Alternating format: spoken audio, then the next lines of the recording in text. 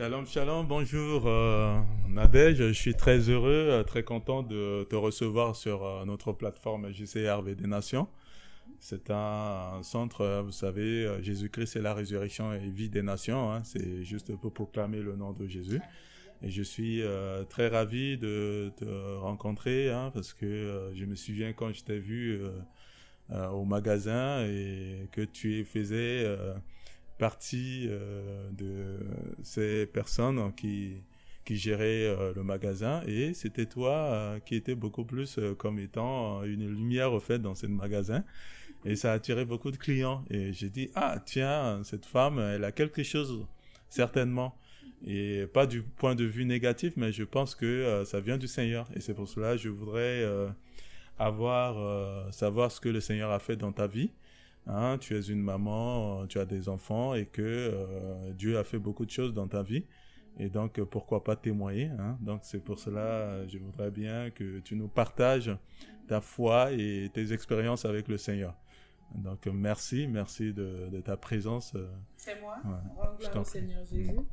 Alors bonjour Eric, je suis ravie de pouvoir témoigner via ta plateforme pour la gloire du Seigneur Jésus-Christ. Alors, comme tu dirais, c'est la grâce de Dieu que j'ai été une lumière. Je suis prise de l'entendre, voilà. Mais ça fait du bien, ça fait plaisir parce que c'est le Seigneur qui est glorifié. Alors, la lumière que je suis, c'est ce que le Seigneur nous demande d'être. Avant de commencer un témoignage, je veux dire merci au Seigneur Jésus, lui rendre toute la gloire et tout l'honneur parce que c'est par l'Esprit de Dieu qu'on peut faire des choses de merveilleuses ou qu'on peut être une lumière quand on le dit. Et comme la parole de Dieu le déclare, je puis tout par celui qui me fortifie. Et celui qui me fortifie, c'est le Saint-Esprit, évidemment. Voilà, il n'y a pas deux. Alors, pour la petite histoire du magasin, voilà. Je vais passer un témoignage sur mon état de santé et tout ce que le Seigneur a fait, comme on l'a dit là. Amen. En fait, je bénis le Seigneur pour ma vie, pour ta vie, voilà, pour tous ceux qui vont écouter ce témoignage. Tout à fait. Comme la Bible dit, le déclare, à la loi au témoignage, si l'on ne fait pas ça, il n'y aura point d'aurore pour le peuple. Tout à fait. Et à côté de ça, la parole de Dieu déclare encore que nous l'avons vaincu l'ennemi de nos âmes à cause du sang de l'agneau et de la parole de leur témoignage. Alors, je pars sur cette base-là pour rester dans la parole et dire que voilà, j'ai connu des vertes et des pas mûres. On aura le temps d'en parler. D'accord. Et là, je prends le volet santé. Alors, je me suis mariée en 2013 et j'ai commencé à être foncièrement malade à partir de 2014. De façon un peu bizarre. C'était pas physique. Je pense que c'était plutôt spirituel et mystique, mais ça se transposait dans le physique, en fait, sur moi. Il faut dire que de nature, je vais le souligner, je suis une personne très vivante, jamais malade, très speed. En tout cas, je pète la joie, en fait, si on peut le dire ainsi. Et j'ai commencé à être subitement malade alors que j'étais en fac de droit et que dans le même temps, j'organisais le concours de Miss en Côte d'Ivoire. D'accord. J'étais dans le comité d'organisation. Oui. Et je faisais... C'était à quelle époque? Je l'ai fait, je pense, de 2010-2011 jusqu'à 2012 par là. D'accord. Voilà. Je ne sais plus trop, j'ai plus bonne mémoire. Ma dernière organisation dans le staff, je ne sais plus. Bah, j'ai gardé un dernier badge quand même. Ah oui. Voilà. Voilà. Du coup, j'étais au lieu de rester en fac de droit, j'étais à bosser ça et là, à faire mes petits boulots. D'accord. Et en temps aussi, j'avais postulé du commissaire régional pour travailler à l'aéroport. D'accord. À l'aéroport, pas directement, mais dans une succursale dans la gestion des litiges, en fait. D'accord. Donc, à la formation, à la gestion des litiges en point de entreprise. vue droit, en fait. Du point de vue droit. Et voilà. C'est une éducation, voilà. Tout à fait. Et alors, pendant ce temps, j'étais dans la sanctification. J'essayais de plaire à mon Dieu parce que entre le connaître et me consacrer à lui, j'ai découvert que c'était deux choses différentes. D'accord. J'ai appris à lui plaire et tout. Et dans le temps, j'ai rencontré mon époux. D'accord. Et nous sommes mariés en 2013 par la grâce du Seigneur. C'était un moment vraiment glorieux pour Un toi. moment glorieux. Bon, je peux dire ainsi, j'étais un peu sceptique. L'homme de ta vie. Voilà, j'étais un peu sceptique génial. en voyant un peu ce qu'il y avait autour. Mais pour moi, je glorifiais le Seigneur. Ça ne pouvait qu'être une belle histoire qui allait édifier plusieurs et tout, et glorifier le Seigneur davantage. Ça va dans le sens, effectivement, des principes divins, puisque il a créé l'homme et la femme. Voilà. C'est cela, en effet. Ouais. Alors, ça s'est fait et tout allait bien. Et quand j'ai été enceinte juste après mon mariage, j'ai commencé à être foncièrement malade. D'accord. Avant ça, je ne donne pas gloire au diable parce que le diable est là aussi pour nous emmener à entrer dans notre destinée. Je le dis ainsi, on va s'expliquer après. Moi, je me dis que le diable est là pour glorifier Jésus aussi. Voilà. Parce qu'il n'y a rien qui peut se résister à la puissance au-dessus de toute puissance. Tu vois? Alors, c'est arrivé, quand je me suis mariée, il y avait plein de plaintes, il y a d'autres qui ne voulaient pas que je me marie. Il y a eu des combats, des menaces, notamment dans ma belle famille. Ma famille, ça n'a pas de problème, mais dans ma belle famille, que des menaces par ma belle-mère. La famille de ma belle-mère, c'est pas possible, j'étais acculée. Et j'ai commencé à être malade. Bon, ça, c'est classique, hein? C'est classique. Exactement. Parce que toujours, quand il y a un couple qui se réunit, il y a l'histoire de belle-mère, belle-famille. Ça manque pas. C'est toujours ça, c'est dommage. Mais même bon, s'il n'y a aucun problème, il y a toujours, il y a toujours un petit bémol. C'est comme si on leur avait arraché la viande de la bouche, et alors qu'ils sont en furie, en fait. Donc, je me suis pris pas mal d'attaques, mais j'étais tellement sereine par le Saint-Esprit que je n'étais pas touchée. Jusqu'à ce que je commence à me sentir déstabilisée parce que mon époux, à la base, vivait en Europe. Et après notre mariage, il a dû rentrer et mes papiers n'étaient pas encore faits. J'étais là un peu à déprimer du fait des mauvais traitements que ma belle-mère pouvait m'affliger parce qu'elle a demandé à ce que je reste sur place maintenant que j'étais mariée à son fils. Je ne devais pas aller en famille, des trucs comme ça. Et que j'étais enceinte de leur fils, je pouvais rester. Mais en fait, elle l'a dit en bouche, mais elle me faisait vivre un calvaire, pas possible. C'est toute une souffrance. D'accord. Du coup, ça part de ça. Je commence à être malade parce que dépressive, un peu déprimée du mauvais traitement, du mauvais traitement qu'on m'a affligé, alors que j'étais quelqu'un de bien, je faisais du bien, je respectais et tout. Ben, c'était de la méchanceté gratuite, voilà. Du coup, j'étais un peu rongée par ça. À un certain moment, j'ai commencé à pleurer car j'étais trop dénigrée. Mais le Seigneur fait des choses merveilleuses. Même quand, à un moment donné, tu te perds un peu, le Seigneur te ramène à lui. Il sait relever. Et comme je dirais, la parole de Dieu le dit, on n'est jamais confus quand on se confie en Christ. Donc, celui qui se confie en l'Éternel n'est jamais confus en vrai. Tout à fait. Alors, j'ai commencé par être malade. J'avais pas de soins. Je n'étais pas suivie. Je saignais. Je devais perdre mon bébé dès le départ. Le Seigneur m'a fait grâce. Mais c'était une souffrance. Je vous épargne les détails d'une mère qui a des contractions tout le temps dès le départ de la grossesse. Wow. Quand je suis arrivée dans ma 36e semaine, ça dit que j'étais pratiquement à terme là. Je pouvais accoucher à tout moment. J'étais tellement malade et sans suivi pratiquement que je suis allée à l'hôpital pour faire un examen. D'accord. Et le médecin, les sages-femmes m'ont dit on n'entend pas le cœur du bébé. Et là, en ce moment, je suis rentrée chez moi. L'enfant ne respirait pas. L'enfant ne respirait pas apparemment. J'étais un peu sceptique. Elle ne me disait pas directement, mais elle chuchotait entre elles et j'entendais. Du coup, je pars à la maison. Arrivée à la maison, j'ai un rendez-vous pour voir si l'enfant est là ou pas, où on va enlever le bébé. Je pars à la maison. Le jour du rendez-vous, je suis allée prier d'abord en rentrant. D'accord. J'ai béni le Seigneur, j'ai dit si c'est de lui, l'enfant restera, il fera grâce et tout. Et cet enfant sera un témoignage pour le monde entier, pour la gloire de son nom, bien sûr.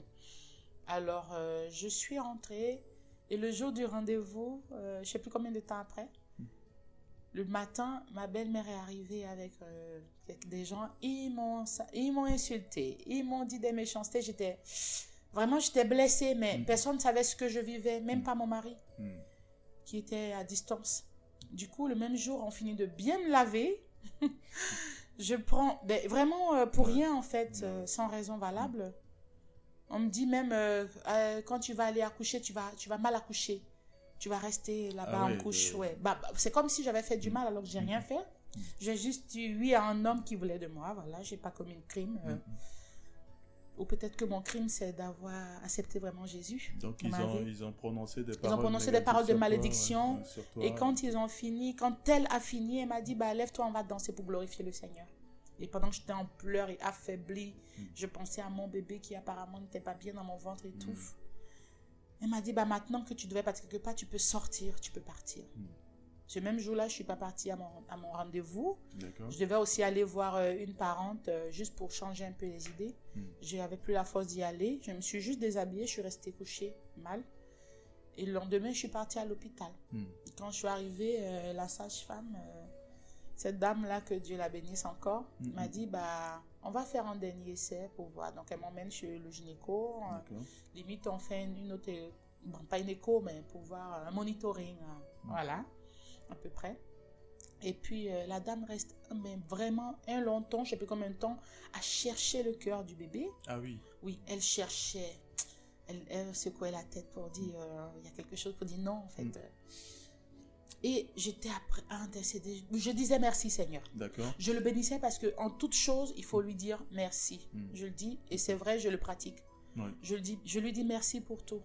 Que ça soit bon ou ça a l'air bon ou mauvais, je dis merci. Donc je le bénissais parce que je l'ai prié. Ouais. Je ne peux que dire merci. C'est comme le dernier message que j'ai partagé. C'est sur les merci. Il faut rendre gloire grâce à Dieu en toutes choses. Exactement. Oh, oui. Du coup, elle a cherché pendant longtemps. Il n'y avait pas de pouls, il n'y avait pas de battement de cœur et tout. Et puis quand la dame s'apprêtait même pour de vrai à baisser les bras, elle a dit attends. Elle a remis du gel, elle a repassé encore. Elle me dit waouh, c'est incroyable. Wow. Et j'étais là, je souriais au fond de moi. J'avais la ferme conviction que quel que soit ce qui arrivera, je suis entre ses mains. Wow. Et alors, elle me dit waouh, un petit cœur très solide, mais qui va mieux que le vôtre en fait. J'étais dépassée d'entendre le cœur de mon bébé battre. C'était une petite fille. J'étais émerveillée par... Je sais qu'il peut tout, en fait. Je ne dirais pas que j'étais surprise, mais j'étais émerveillée parce qu'il ne cessera de me surprendre, de m'épater, en fait. Ah oui. Dans sa bonté, dans sa miséricorde. Alors, ça s'est fait. La dame pouvait pas... Elle n'a pas caché sa joie. Elle dit, voilà, il est bien là, le bébé et tout. Gloire à Suspense. Dieu. J'ai dit, merci Jésus. Gloire à Dieu. Eh bien, il y a quelque chose qui l'avait intriguée, c'est qu'elle m'a dit, mais pourquoi le bébé ne va pas bien? Vous aussi, vous risquez de ne pas pouvoir accoucher. Je risque de vous perdre tous les deux. C'est pas pour vous effrayer, mais il y a quelque chose qui ne va pas. Vous n'allez pas bien. Vous vivez où? Mais je protégeais le nom de ma belle famille qui est un nom connu. Voilà. Et je ne peux pas imaginer dire que c'est dans cette maison-là, avec mon beau-père qui était un homme excellent, un merveilleux homme, un homme juste, que le Seigneur aime beaucoup. Je ne pourrais pas dire que c'est là-bas que je suis maltraitée. Donc, j'essaie de me taire. Et c'est elle qui a appelé mon mari, qui a demandé le contact pour l'appeler en Europe et lui dire un peu des petites choses sur mon état de santé. Si elle ne sort pas de là où elle est ou si on ne trouve pas une solution, c'est pas bon. On perd le bébé elle-même. Voilà, on ne pourra pas accoucher. Du coup, elle me dit, on fait une échographie, elle me dit, le bébé à thème, il pèse, je crois, 1,4 kg. Ah oui. À thème. J'ai dit au Seigneur, tu es grand. Wow. Tu es grand. Et en sortant de là, je l'ai glorifié, j'ai gardé espoir.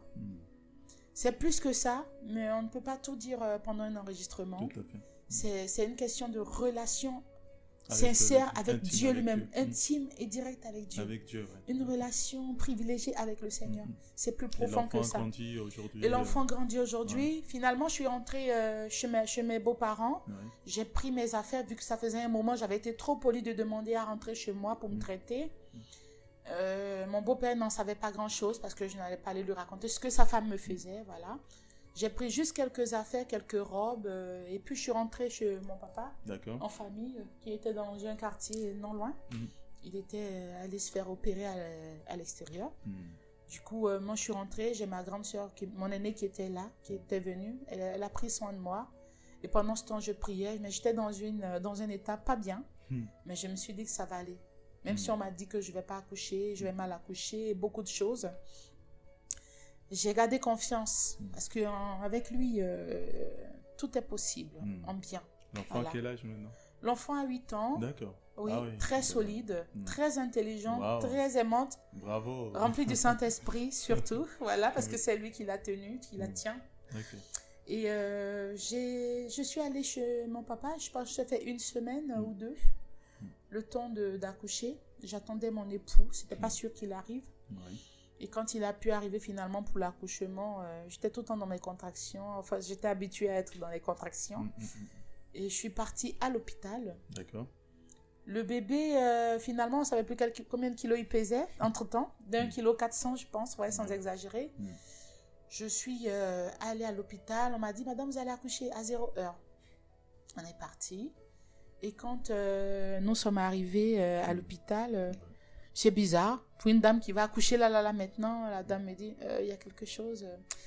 Repartez à la maison, revenez, après plusieurs tentatives, revenez à 6 heures du matin. Je dis, waouh, de minuit à 6 heures. Pourtant, je devais accoucher là, le bébé venait. Mystérieux quand même.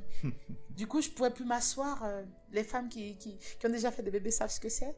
En contraction, je ne pouvais plus m'asseoir dans la voiture. Je mettais les mains pour me soutenir. Je ne peux plus me poser.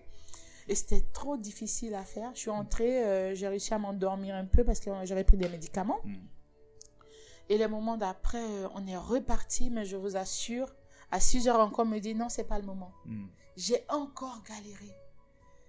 J'accouche, en vrai, j'accouche très facilement. Très facilement. Mais là, c'était une autre galère. Aïe, aïe, aïe. J'ai souffert. Mais je suis restée à prier. Et je repars, suis une chose et je reviens. D'accord. Je en fais un bref. C'est qu'avant d'aller accoucher comme ça, il y a une dame qui m'a vue. Je descendais dans les escaliers. Je suis descendue parce que c'est à l'étage. Je suis descendue, arrivée. Je suis passée par le salon et à la cuisine pour sortir à la cour arrière. Et il y a une dame qui m'a rentrée, m'a dit, toi, tu te caches chez moi. Hein? Bah, tu te caches, c'est ça. Tu vas voir. Mais de toute façon, je te le dis, mais une menace quoi. Quand tu iras accoucher, le jour tu auras mal. Si tu ne nous appelles pas, si tu ne m'appelles pas pour me dire que tu vas accoucher, tu ne vas pas accoucher. Et d'ailleurs, quand tu vas arriver à l'hôpital, il y a quelqu'un là-bas, une dame là-bas qui va te dire que tant que tu n'appelles pas une personne, tu ne vas pas accoucher. Et j'ai souri. Et j'ai dépassé la dame qui venait prier là, chez mes beaux-parents. Je suis partie. J'ai parlé de ça qu'à mon époux. Et aujourd'hui, je mets en témoignage. Et je pense que j'en ai parlé à ma mère finalement. Mais je n'ai jamais parlé de ça à une autre personne. Du coup, je suis partie. Donc, le jour de l'accouchement, dans ma galère, je suis restée à souffrir jusqu'à 14 heures sans rien comprendre. Et il y avait une dame qui était là, fidèle, qui était là. La sage-femme a prié pour moi et tout. Elle m'a même changé de place pour que je puisse accoucher. Et finalement, je pense qu'elle m'avait administré quelque chose, mais je dis toujours que c'est la grâce de Dieu que j'ai accouché finalement. Ça a été pénible, mais ça s'est bien passé au final. J'étais mal en point, c'est sûr, le bébé aussi. Mais vous n'allez pas croire, en 1 semaine ou 2, le bébé qui pesait 1,4 kg, et moi qui n'arrivais pas, même pas à manger, je passais tout le temps à rendre n'importe comment. Mon bébé pesait plus de 3 kilos. Wow. Je ne sais plus de 3 kilos combien, je ne retiens pas. Mon bébé pesait plus de 3 kilos, je crois 3 kilos 200 ou 300 par là. Un beau petit bébé. Un beau petit bébé de 1,4 kg. À 36 mois ou 37 mois par là, le bébé a récupéré. Et j'ai accouché un 14 juillet 2014 à 14 heures. C'était là la bénédiction. Voilà. Vraiment un moment... Exactement. J'ai continué à être malade, à être acculée, accusée. Oui, t'as accouché en cachette, tu veux dire qu'on est des sorciers. Ça, c'était ma belle-mère. Elle a monté tout le monde contre moi. C'était une galère. Heureusement, mon époux était là. Et puis, mon époux est resté 7 mois en Côte d'Ivoire, où finalement, il s'est rendu compte qu'il avait perdu toutes ses entreprises et tout. Plus rien, parce que ses comptes étaient en train d'être vidés. Et après 7 mois, quand il devait rentrer en France en décembre, je vous assure que j'étais enceinte à nouveau, je ne le savais pas. Voilà, c'est lui, en rentrant en France, qui m'a dit, tu es enceinte. La première fois après le mariage, c'était lui qui m'avait dit, tu es enceinte, parce que le Saint-Esprit me l'a dit. D'accord. Et la seconde fois, il me dit, attention quand même, tu es enceinte. Je sais, j'ai vu quelque chose. Je dis, je ne serai pas enceinte. Et j'ai bavardé. pour le temps que tu as passé dans des difficultés d'accouchement, tout. Vis-à-vis de Dieu, comme tu as parlé de l'intimité tout à l'heure avec le Seigneur, qu'est-ce que tu as reçu? Est-ce que tu parles directement dans le cœur avec le Seigneur? Est-ce qu'il t'a orienté pendant ces moments difficiles que tu as reçus? Il m'a orienté. Il faut dire que pendant ces moments, il y a des moments de faille et de faiblesse parce qu'on ne sait plus trop où on en est. Parfois, quand on est trop criblé, trop acculé, trop pourchassé, on perd un peu pied, c'est clair. Ça arrive, hein, chez certains, surtout quand on n'a pas trop de soutien. Voilà, des personnes. Mais j'avais ma mère, heureusement, et par-dessus tout, le roi des rois. Mais j'étais un peu dans les vapes quand même parce que dans cette souffrance, j'ai eu à être diagnostiquée d'autres choses. On me disait qu'on ne trouvait pas ce que j'avais, mais j'étais anémie fortement. Et après, on a fait un examen qui disait que mes résultats d'examen étaient les résultats d'une autopsie. Ça veut dire que j'étais censée être morte. Tout le monde m'a fui à l'hôpital. C'était à la Palmeraie, je crois bien, si j'ai bonne mémoire. Ils m'ont fui. Et quand ils sont revenus le matin, ma mère leur a dit elle ne va pas mourir. Hein. Ne vous inquiétez pas. Et je crois que le fait que tu es resté en vie, c'est vraiment un témoignage, c'est une grâce de Dieu. Pour que tu puisses le servir.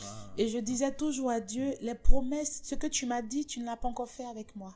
Je ne pense pas que ça sera terminé. Et si c'est terminé, c'est pour ta gloire. C'est afin que quelqu'un d'autre prenne le relais.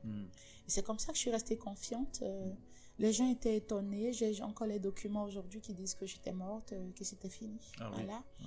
Et par un claquement de doigts ou un clin d'œil, tout est reparti. Jésus, je suis plus morte. Est le Dieu de la résurrection. Exactement. Vraiment, disons le plus fort, il est le Dieu de la résurrection. Amen. Voilà. Je dirais même mieux, il est lui-même la résurrection. C'est pour ça que c'est pas en vain qu'il s'appelle le chemin, la vérité et la vie. Donc, la vie en abondance. Voilà, j'ai la vie de Dieu en moi.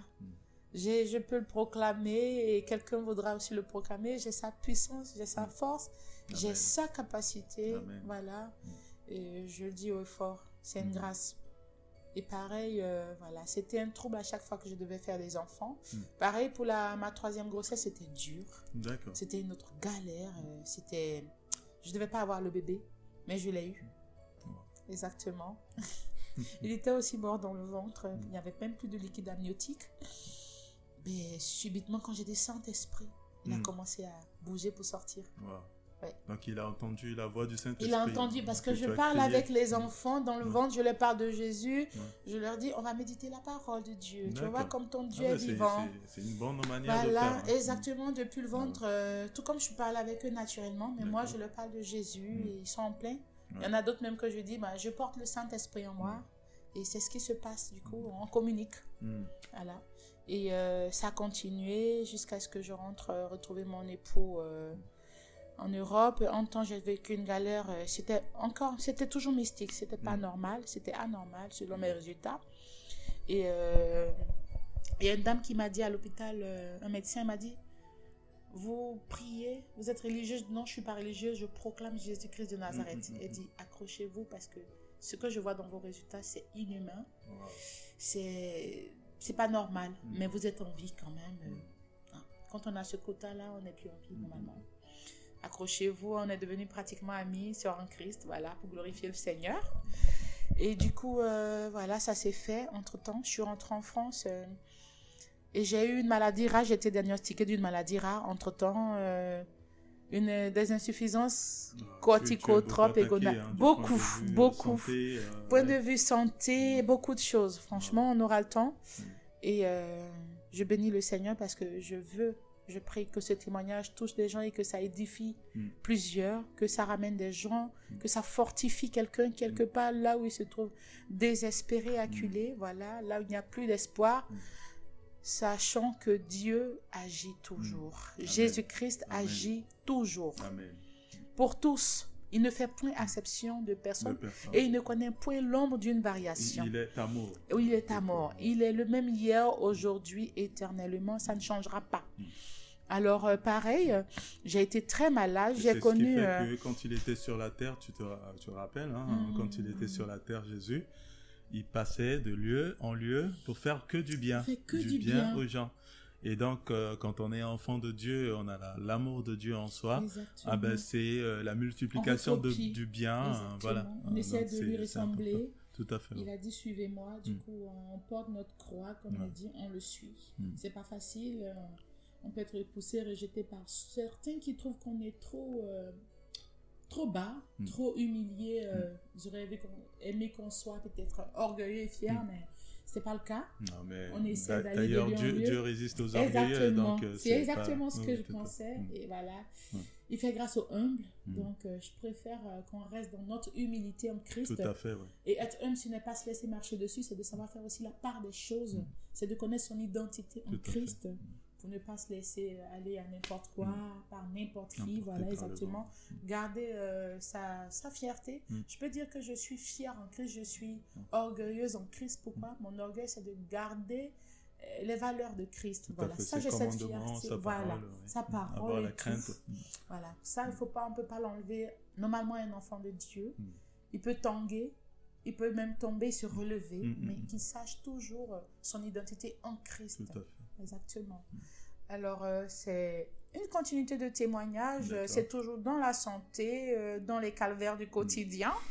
Mais on garde le sourire et la pêche, la joie de vivre, quel que soit, parce que c'est le Saint-Esprit, l'Esprit de joie. Et là, maintenant, comment tu te sens?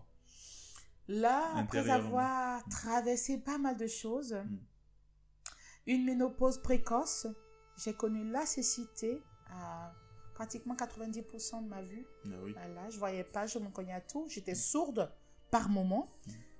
Par moment, je ne parlais pas, je perdais la parole, carrément, oui. Pourtant, j'aime chanter pour la gloire du Seigneur. Et quand je retrouvais la voix, je le louais, mais comme une folle, et tout le quartier l'entendait. J'ouvrais toutes mes fenêtres, je le louais parce que là, il me fait la grâce de parler. Il délie ma langue encore, je lui rends toute la gloire. Et c'était ça. J'étais ménopausée précocement lorsque j'ai été enceinte de mon dernier et le seul garçon pour l'instant. Voilà. Les médecins n'en reviennent pas jusqu'à aujourd'hui. J'étais censée être paralysée, j'ai remarché. J'ai vécu pas mal de choses. Et aujourd'hui, je ne dirais pas que les attaques ont cessé, parce que les enfants de Dieu, les véritables, sont très persécutés. Voilà. Alors, j'en suis fière. Je suis fière d'être persécutée pour la gloire du Seigneur. Je suis fière de tout. Voilà, je lui dis merci. C'est une grâce pour moi, exactement, de vivre cela. Voilà. Mais aujourd'hui, je me sens hyper bien, vous n'allez pas le croire. Je suis passée encore à une autre forme de paralysie. J'étais même au fauteuil roulant. Mais je vous dis que j'ai toujours pris soin de mes enfants sans personne. Parce qu'ici, en Europe, on n'est pas en Afrique. Est-ce que tu sais que quand tu aimes beaucoup le Seigneur, tu te donnes complètement au Seigneur. Complètement, oui. L'ennemi ne restera pas en paix, ni dans la joie, dans la tranquillité. Il fait tout, par tous les moyens, effectivement, pour nuire à ta paix, à ta joie, à ton amour. Oui. Parce que le diable est venu pour détruire, pour dérober la joie, la paix en toi. Exactement. Mais c'est la foi qui nous protège. C'est comme une racine, en fait. Nous sommes un arbre. Et la racine, c'est notre foi. Et donc, ce que le Seigneur a fait dans ta vie, vraiment, je glorifie le Seigneur pour ça. Et je sais qu'il continuera toujours à faire dans ta vie. On aura le temps, effectivement, prochainement, de témoigner encore d'autres choses que le Seigneur a fait dans ta vie.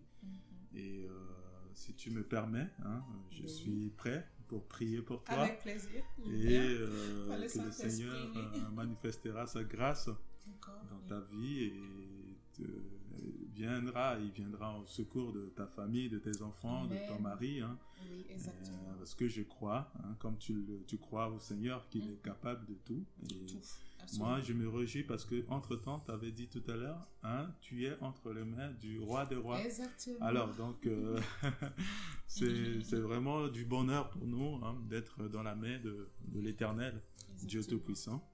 Et donc, si tu as un petit mot à dire avant que je puisse prier.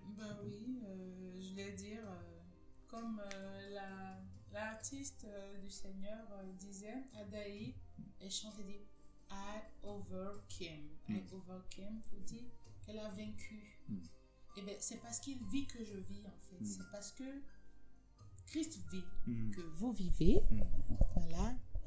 Et je veux encourager toute personne à s'attacher au Seigneur, pas en fonction d'un être humain, pas en fonction d'un quelconque pasteur, non.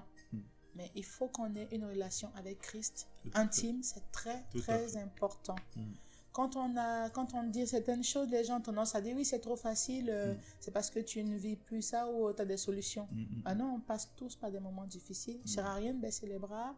Et je pense que l'identité de quelqu'un aussi, quand il la connaît, une identité, ouais, on y est, voilà, c'est de savoir aussi aller de l'avant, sachant qu'il y a la lumière qui nous attend, il y a le level qui est là et tout. On ne va pas rester là tout le temps dans la même situation, mais un jour, le Seigneur sera pleinement glorifié dans notre vie. Amen. Alors, c'était ça mon mot de fin. Soyez des vainqueurs parce qu'on est plus que vainqueurs en Christ. Tout à fait. Et c'est cela. Jésus-Christ, la résurrection et vie des nations. Exactement. Et tout ce que nous faisons, nous devons le faire, comme la Bible dit, pour Christ, mais avec bon cœur et profondément, avec passion. Amen. Exactement. Donc, merci à ta plateforme. Merci. Eric, il m'a donné l'opportunité, le privilège de glorifier le Dieu Tout-Puissant. Venez à tout moment, comme vous le souhaitez. On est là. Plusieurs viendront témoigner, voilà, de la grandeur du Seigneur dans leur vie. Nous, au plaisir de vous revoir prochainement. Voilà. Et donc, si vous me permettrez, je vais prier pour vous, pour que la grâce de Dieu soit avec vous. Bien sûr. Éternel Dieu, Dieu de grâce, Dieu de bonté, je remercie ton nom, je te remercie pour ta présence parmi nous, Seigneur. Tu as convoqué ce moment pour que nous puissions, Seigneur, nous édifier, Père, avoir cette édification dans le témoignage, parce que tu as fait de grandes choses, Seigneur, dans la vie de ma sœur Nadège. Et c'est pour cela qu'elle a souhaité effectivement témoigner ta grandeur, Père.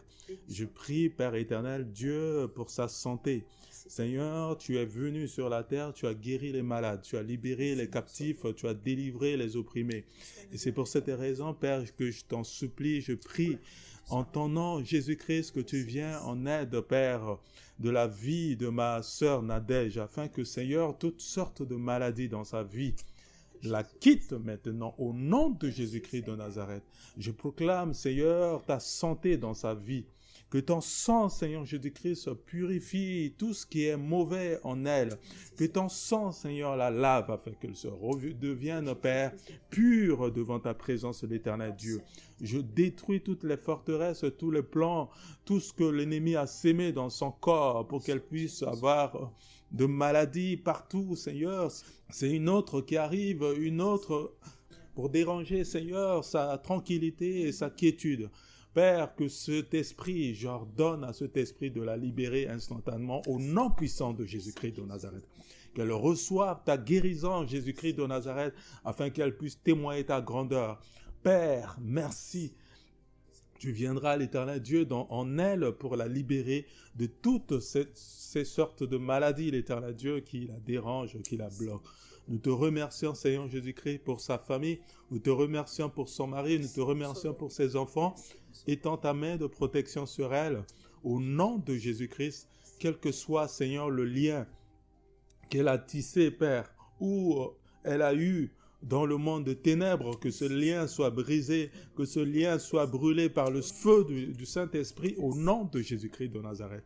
Je proclame la quiétude, la tranquillité, la santé, la joie, la paix, l'amour dans sa vie pour l'éternité, Père, que ta grâce repose sur sa vie afin qu'elle puisse continuer toujours à témoigner ta grandeur. Dans le nom beau et précieux de Jésus-Christ que nous t'avons ainsi prié, te disons Amen. Amen, amen, amen. Merci Seigneur. Merci pour toi. Que le Seigneur te bénisse. Amen. Puis on se voit prochainement si vous le souhaitez. Oui, le Saint-Esprit permettra. Amen.